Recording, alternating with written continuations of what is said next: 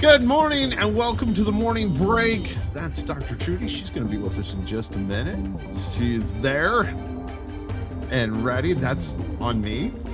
Welcome to live television where you forget who's in what shot. There you go.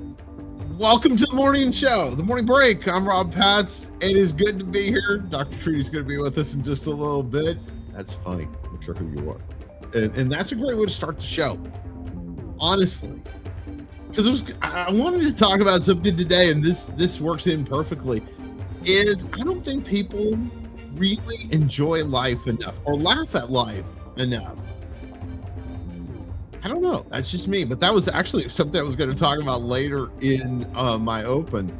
But we'll start with it. What is it that makes you stop from laughing at not only things but yourself? There are so many serious people in the world, and I dealt with some of them yesterday. And that was why, half of what the morning break is, it's kind of like if you and I were hanging out in an office together, and I was going to share with you some certain things. Yesterday was a day. Actually, the last few days have been the day. Actually, going back to last Friday, have been a day of people with little sense of humor. Or maybe I just think I'm funnier than I am. I don't know. It could be one of the two. What do you think of this music? I'm not totally sold on it. We're trying different stuff out. Honestly, we're trying different music. People are not huge fan of my open music that I picked, which hurts my feelings. But we're trying some different things. I think it's just way too put me to sleep. Yeah, we can't. No. It just didn't feel like it. It felt like you just were like, oh, it's morning break. So anyway, that was the start. I was going to talk about that. Don't take yourself so seriously and have fun. Life should be fun. There should be fun parts to life, I think. We're going to continue with Dr. Trudy today and talking about I find it fascinating some of the stuff she talked about her dating, how even though they've been married a while, her and her husband, that they still date. And Kristen and I do the same thing, though we have not been married as long. You guys all know our story, but we still do. Every Friday, we try to go and do something together. And yeah, and actually Friday night was that reason. And it's a pet peeve. It probably has nothing to do with the people that were at the restaurant, though. I'm going to ask Dr. Trudy. We'll ask her about it and see if she has an answer to this question. But if I go to a nice restaurant, and this was, and I know the difference. This is not Michelin level restaurant because I live in a small town in Ohio. But you go to a restaurant that's portrayed in the region as a nice restaurant. Here's my question for you. And I could be completely wrong. And if I am first here to admit to you. And if I get flooded with comments on this, I am going to totally go, hey, listen, I guess I'm wrong. But we ordered dinner and our salads came and they were nice salads. Actually, it was a very nice. I'm not a salad person, but it was a very nice salad. Literally we had prayed and I think I was 2 to 3 bites in and my food came. And actually, it was not the first time at this restaurant. It had been about the 6th or 7th time that we'd come. And sometimes it's, you go, okay, well, they just, they goofed. Or whatever. And we were then told by the manager that people are in a hurry. I'm just like, what on a Friday night? What are you in a hurry for? At a quote unquote nice restaurant, beautiful view, whole thing. Yeah, I'm wrong, but I don't feel that I should have to rush going through my salad that I'm 2 bites into, because my dinner's there and then going to get cold. And I didn't pay the price that I paid to have cold food. If I'd have done that, I've gone home and pulled something out of the refrigerator and just eaten it. Yeah, there's my there's my there's my rant for the day. And yeah, I don't know. It's basic rest of my topics are food topics anyway. Today is, by the way, National Tater Day. If you haven't already celebrated this morning with maybe some hash browns, at some point today, you need to fit in some taters. Uh, there are so many commentators, uh, like French fries. Uh, that was a joke, ladies and gentlemen. See, it's where I think I'm funny. You might not. But there's potato chips, there's French fries, hash browns. We talked about country fries. All those things. And I would love to hear from you. Tell me your favorite kind of potato. And I would say I always have said it was French fries. I love French fries, but lately I'm on like this mashed potato kick, and I don't know why. And I know it's not healthy for me, so I don't do it as often as I would love, but I love mashed potatoes. So that's one thing. By the way, and the other thing is it's food related. Um, there is a restaurant that last night that Chris and I were watching. It's in Lancaster, Pennsylvania. If you've never been there, that's Amish country. But we watched a couple of videos on this place. It's called Shady Grove. It is a smorgasbord restaurant. Not a huge fan, but by the way, and that's very commonly known in my friends circle. And I'm not a big smorgasbord, all you can eat type place. I do like a good brunch. If it's a good brunch on a Sunday, I do like that. That's kind of fun. All bacon and all the fun stuff you like to eat with breakfast. But overall, not a smorgasbord buffet guy. I am serious after watching a couple videos. I'm serious that I would go there and eat. I would. I would go there and eat. Time for us to take a quick look at the my hyphen snackies look in cam. That is Leavenworth, Washington. The reason we brought Leavenworth back is because I had somebody ask me a question about it. So here we go. Leavenworth, Washington is in the mountains in Washington State. Been there, holds very dear place in my heart and in my existence in life.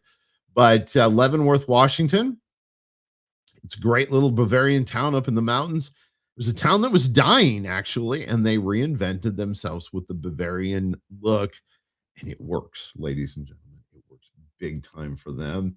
Love it there. Go and get some schnitzel and some other stuff. And um, actually, they've got really good like apple stuff, apple fritters, yeah, it's ridiculously good food. But back to the Shady Grove thing. Um, I'm just not a fan, but I want to go. I want to go there and look at all the food. Now, there's certain things that are kind of that Pennsylvania Dutch Amish thing that I'm not going to do. I'm not a big liver person, so that's not happening. No, we're not doing that. I just never liked the taste of liver. Uh, my dad used to. He used to love liverwurst. If you've ever had liverwurst, um, yeah, no, it's not happening. But it makes me think of my dad though when I see it. I see it at the store and stuff. But anyway, ladies and gentlemen, boys and girls, that is the start of the morning break. When we come back, hey, great folks at 7 Weeks Coffee. I love their coffee so very much.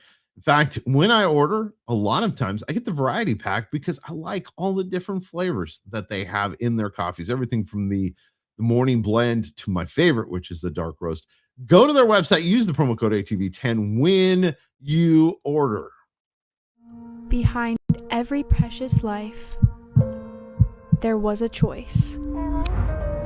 Behind every family moment, behind every special memory, there was a choice. A life of joy. A life that is beautifully and wonderfully made. At 7 Weeks Coffee, we are funding the pro-life movement, one cup at a time. Will you let your coffee serve a greater purpose?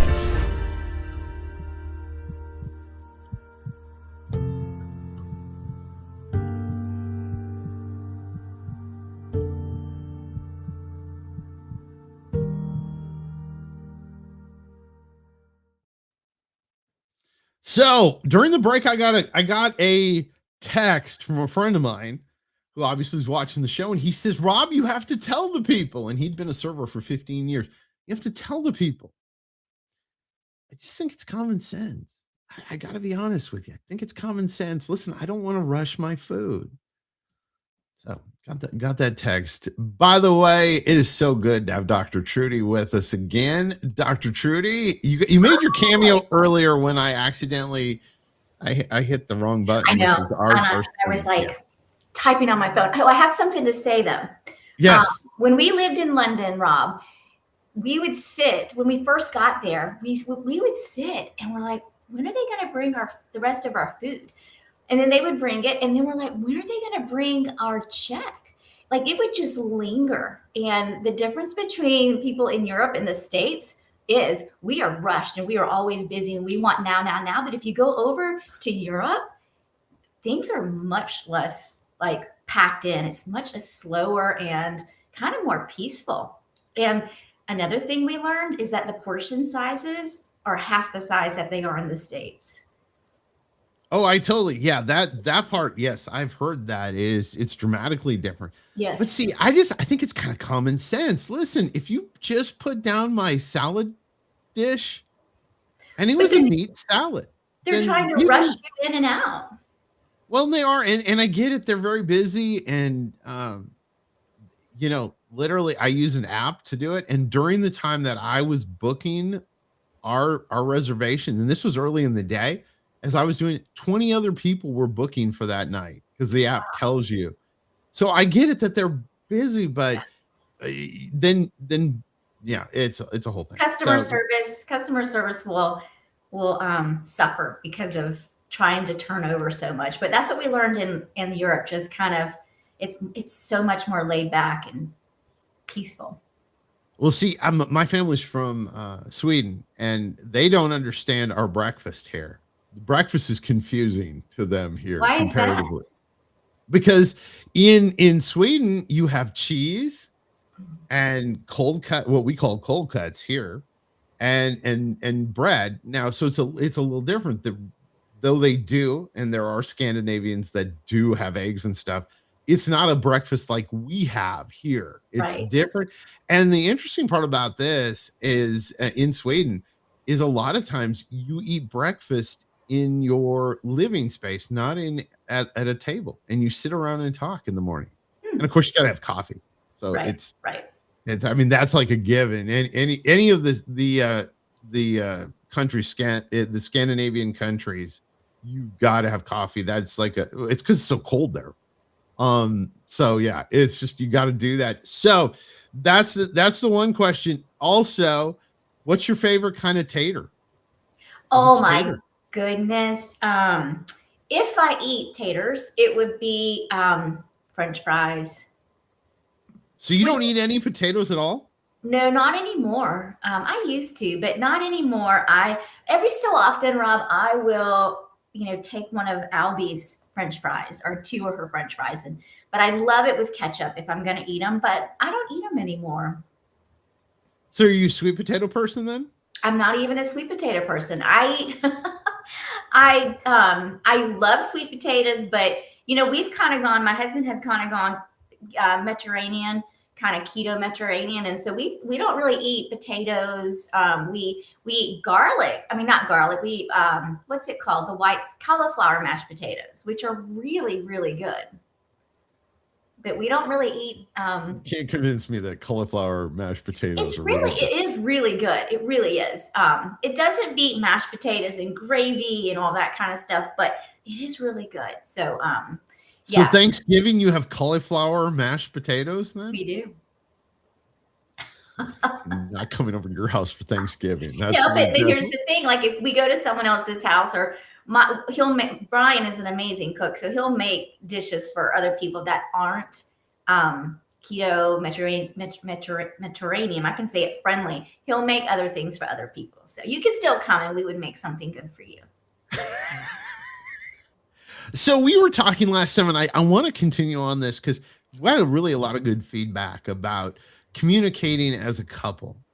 And I loved that. And I thought it was super cool. And you know what it's done for me? And I knew I was pretty good at communication, but it's really made me be a better communicator with my wife. Oh, good. Because communication is so vastly important. And I love the fact that you guys still take dates, and we do that too. But a lot of people excuse us because it's only been 4.5 years, so they go, Right. Yeah. "Wow." We're very mindful with our careers to do that, because you can get caught up in a go go go.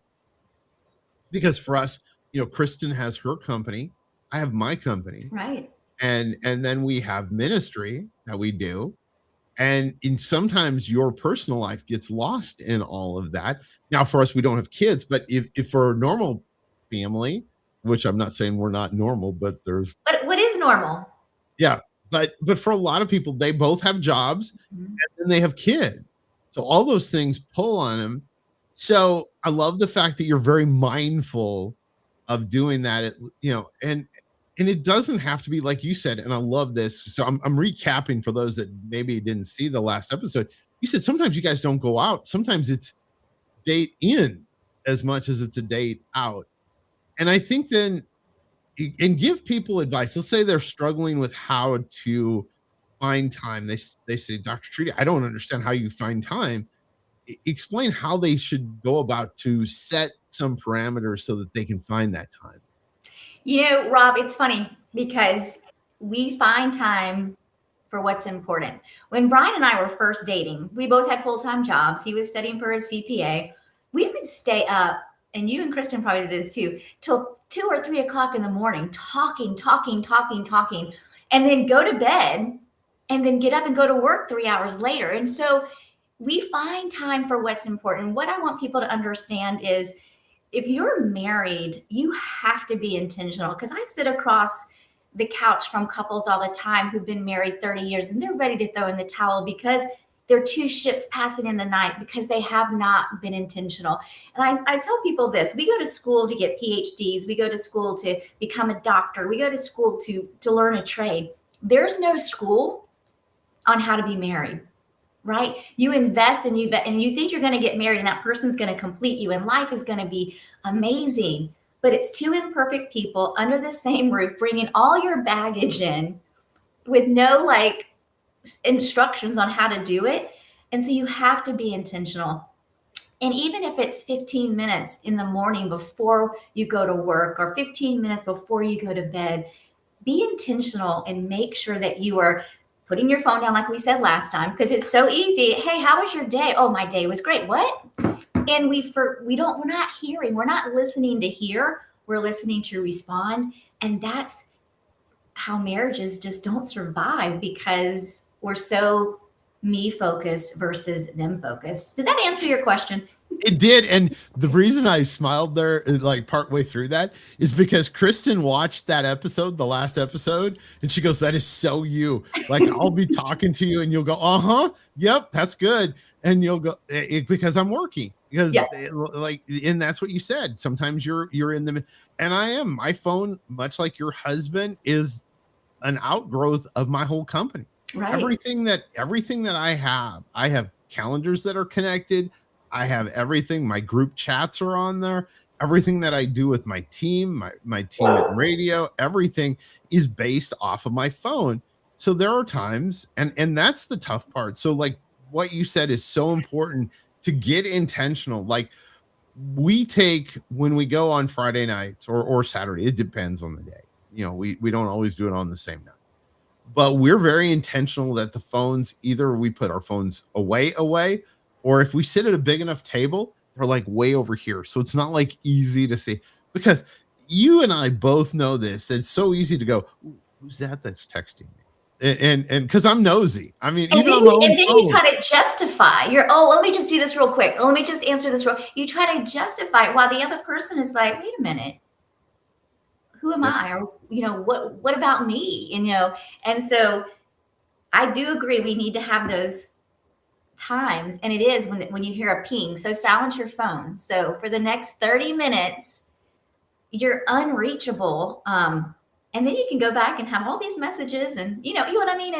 We've got to be intentional. And I think we forget sometimes, Rob, to be in the present moment with the person that is in front of us, right in front of us. And then that makes that person feel so less than because they don't have your attention. And the person that you love the most in this world should have that undivided attention, not 24/7, but, for some time. So one of the things I've done recently, and this is Kristen's now gonna know, is like during the week, I'll think of things that I want to ask her on Friday when we have time or Yeah, Saturday. yeah. And the other thing that we do, and we still do that you talked about, is we'll lay in bed and sit and talk like at Mhm. night. We literally unpack our day at night together because sometimes like dinner can be rushed or Yes. like certain nights we have things that are in our schedule that we have to participate in. Mhm. So dinner is, hey, listen, let's quickly grab dinner and then we've got to get on to whatever projects that we have set for that evening, which makes us sound really boring, but it's true. But I think the one thing that if you're watching, and it's really important, is to create the thought almost, and I call them event moments, as like when you're with your significant other, whether you're married to them or still just dating them, is to make a point of being so present that it's like an event. Like we celebrate birthdays and we make a big deal out of it. But something you said is so true, is when we're with the person that we love the most, we should celebrate that event every time we're together. Absolutely. We wrote a book about marriage, 7 pillars of marriage, and one of them is celebrating. Celebrate the small, celebrate the big. Just celebrate. I mean, we're alive. There's always something to celebrate, but being able to be, your spouse's best friend, confident, their encourager, a sounding board is so important. Brian and I, we bounce things off of each other all the time, and we value each other's opinions so much, and so it keeps our conversations pretty lively. Now we did fall into the trap for a little while, where we would, life was hard. It was really hard, and so we were tired, and we'd sit in front of the TV, and we're like, let's just don't talk, let's just sit. Let's just sit and not talk, not solve anything. Nobody, let's just sit. And so I think too, we need to remember that there are seasons, and be mindful of what seasons you're in, as a couple, because seasons can be hard sometimes, Rob. Oh, definitely. And I think that is so important. And here's the thing that I want to ask you. Sometimes one person is going through a different season, and how I think communication goes is so important, because one person might be here and the other person might be in this season here. It's different season. Address that. Let's say that there's a husband or wife out there who feels frustrated because maybe they are in a different season in life and their significant other is in a different season. How do you communicate to that spouse, hey, listen, I'm not feeling the same place you are? Yeah, I mean, I'll be completely honest. Life is hard right now. My mom broke her neck. And in the midst of that, Brian, my husband, who is always a go-getter, came to me the other day and goes, I'm feeling just so unmotivated. Like, I'm just unmotivated. So we were walking down the driveway this morning after Albie got on the bus, and we both just let out a deep sigh. We're like, this is a hard season.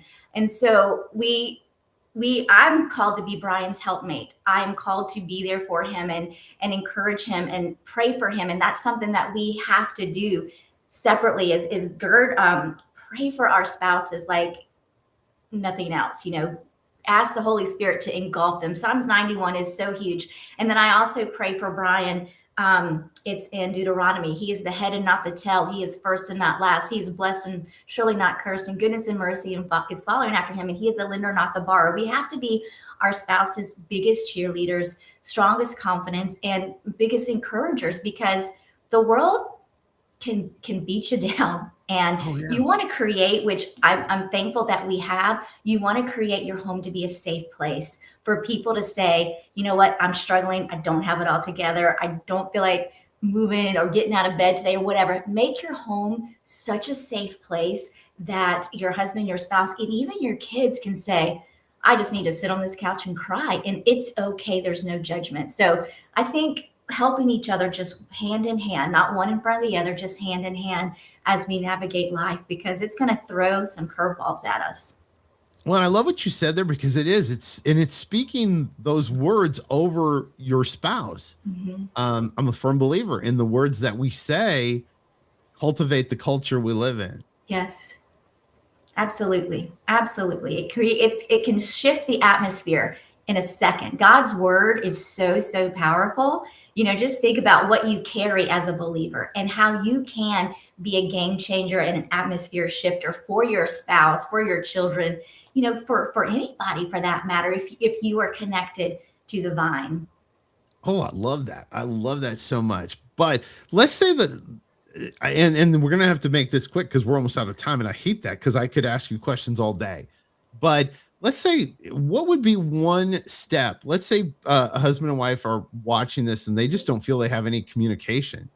What's the first step to getting communication back? The first step to getting communication back is being willing to listen, being willing to sit down, like we've said, kind of eye to eye, and really listen to the heart of your spouse, and being able to hear some things that you may not be doing right. Because a lot of times, Rob, when communication stops, it's because of bitterness, it's because of unforgiveness, it's because you as a spouse have not shown up, or maybe you don't know how to show up. There's a lot of people who have show up issues. There's a clinical word for that, but sitting there, and sometimes it takes a third person just to get in there and say, okay, let's start this communication process. And it can be simple words. How was your day? I'm sorry I haven't been there for you. Forgive me for not listening better. Just having that open, I think you said a minute ago earlier, being real, being authentic and saying, I don't have all the answers, but I really want to be your biggest advocate and your biggest support. So being real, being honest, I'm sorry, forgive me. How can I love you well? And just have those small conversations. I love that one because I think we don't take the time to say, listen, what do you need from me? Like Right. what, like you said, how do I love you well so that you feel, because it's so important. This is not a competition when you're in a relationship. It is I'm your biggest cheerleader. And that's why I tell Kristen all the time, I'm her biggest cheerleader. I'll be the first person there to tell you that. And you're on the same team. You really are. You're on the same team. And you got to remember that. Yeah, my favorite guest to have on the show. I shouldn't say that out loud because there are other guests. Maybe it is. Maybe it's the truth. Dr. Trudy's with us today. Thank you, Dr. Trudy. Thank you. Bye-bye. And she's gone. I accidentally cut her off. I'm sorry, Dr. Trudy. It's been that day. Technical issues have definitely been my friend today.